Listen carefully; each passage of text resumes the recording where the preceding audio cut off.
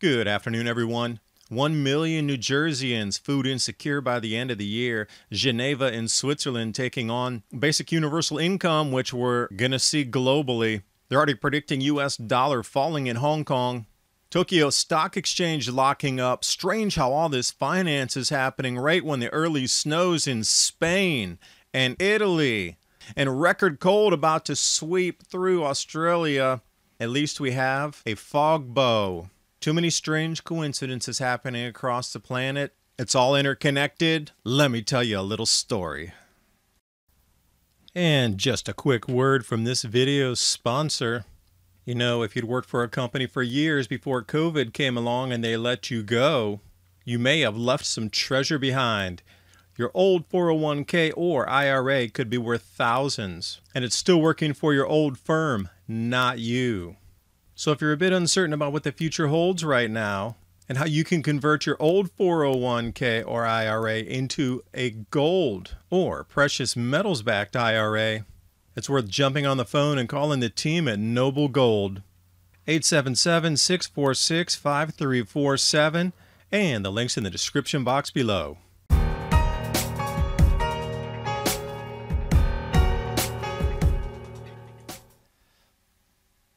These seemingly random happenstance across the news in different continents are actually very connected and getting you ready or tests for the future of all of our lives.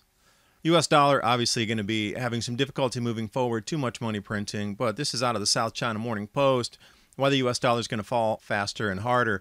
They're talking about a plunge at 35% next year in 2021 before the ultimate demise and a shift to something different.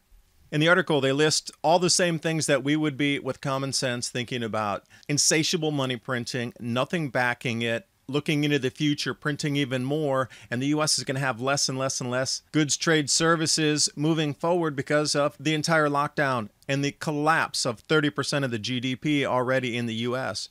The entire planet's following it. But the U.S. dollar is the big dog on the block for now. But what's most interesting is more than 1 million New Jerseyans to become food insecure by the end of the year. Now, this comes from a group called Feeding America.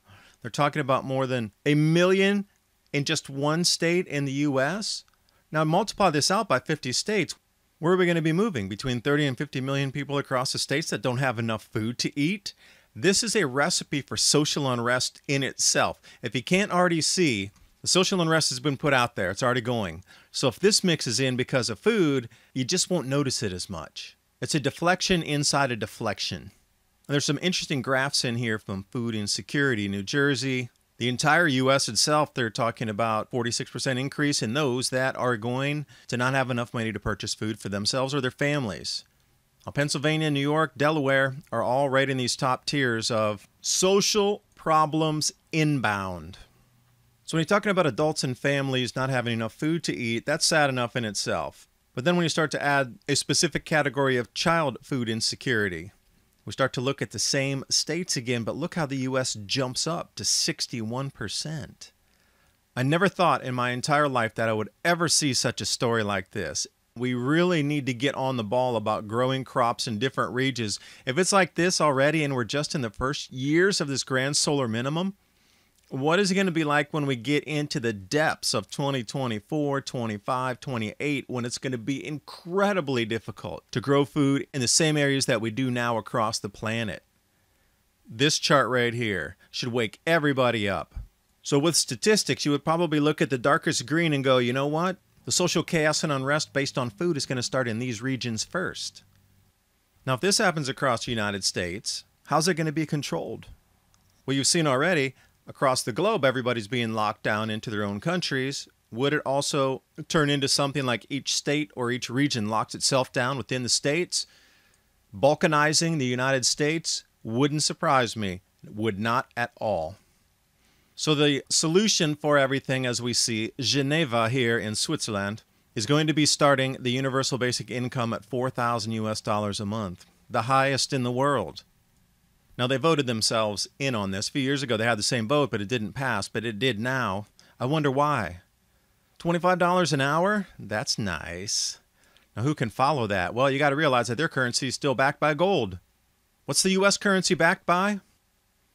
Now on to the Japan stock market halt issue.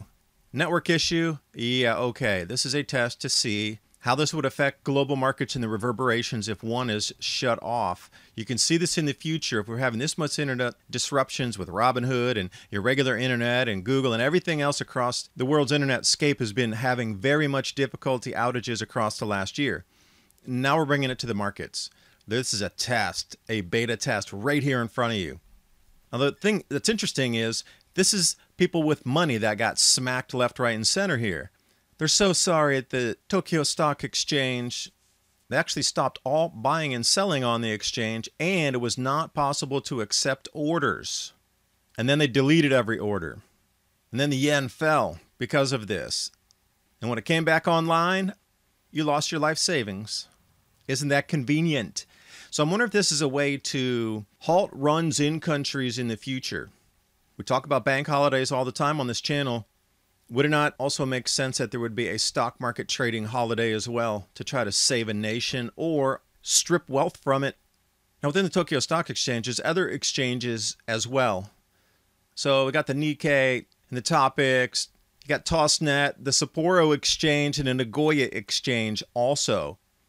So going on the same model here, if this was in the US, the COMEX would close, NASDAQ, New York Stock Exchange, CBOE, everything would lock up, just like we're seeing here. Perhaps there would be a run on metals in some of the London Metals Exchange. Imagine that. So if each individual country was targeted, they could reduce the outflow of metals, the outflow of currency and wealth, or they could strip wealth because obviously somebody had put orders in. So the instant the market had opened, knowing that an enormous amount of things had crashed during the outage. So who was that first entity in there on a thousandth of a second transaction in front of everybody else? It's just too coincidental with all these things happening across our planet right now, and then Australia going into record cold, heading into spring down there, but these temperatures are anywhere 20 to 30 degrees Fahrenheit below the normal. October 5th, and then into October 6th. These temperatures are unheard of. As far north as they're stretching here, this is going way up north toward the equator. Record cold, completely out of season. And then staying on the out of season, there's so many anomalies. I'm just going to choose a couple that have happened over the last few days off Electroverse here. Snow falling near Rome in the last days of September. Last time they saw something like this was a real weak solar cycle 20 back in the 1970s. Buffalo blizzard, remember, matching up during this time here. Coldest September in 50 years. Okay, that's one thing about some temperatures and snow near Rome, but this winter storm, it's the second winter storm that slammed Spain, and that's what dumped all that record snow across the Alps, up to 2.5, 3 feet of snow last week. All-time record earliest snows, for the depth at least, across France and Italy. Now we come in, second powerful winter storm. Please realize, this is Spain right here, the images we're about to look at. Lower altitude, it's not even 7,000 feet. And this is the snow that they're receiving already this early in the season. It's pushing over a foot in some areas, 20 to 30 centimeters. Now, since these mountains do border with France, you're going to get news reports, not from the mainstream media, from Twitter, of people talking about how outrageous this snow is. And that dark blue in there that you see on the mountaintops, that's how much snow has come down. It was not a dusting. It covered an entire mountain range feet deep 2 months early on this one here. And into the Pyrenees towns, this is how much snow is falling. You would expect people to be in light sweaters, if not still shorts at this time of the year. And there's blistering snowstorms ripping through the Pyrenees. Unreal. And these areas here aren't even at 6,000 feet. Snow-covered nonetheless, and the collage of interesting early fall, end of summer snowstorms continues across the northern hemisphere. Fog bow here, this is on the 28th of September. Nice capture. So you can see how everything's integrated moving into the future. These weather anomalies are affecting the crop yields, and this year is going to be a dismal harvest globally. Food prices are going to start spiking, and we'll definitely see it by the holiday time for those of us in the northern hemisphere here. With that being said, people are going to start getting agitated, and there's going to be social unrest due to high food prices or, as you see, food insecurity.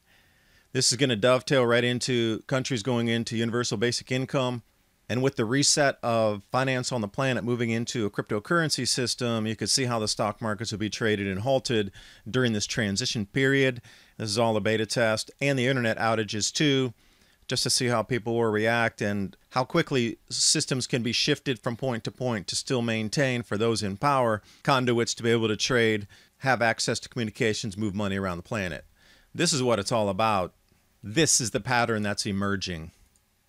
And this is why I'm such a fan of long-term food storage. My Patriot Supply and Adapt 2030, the 2-week or the 4-week emergency food supply. The link's in the description box below. It's a great way to support the channel to bring you research just like this. Hope you got something out of the video, and I will see you next time.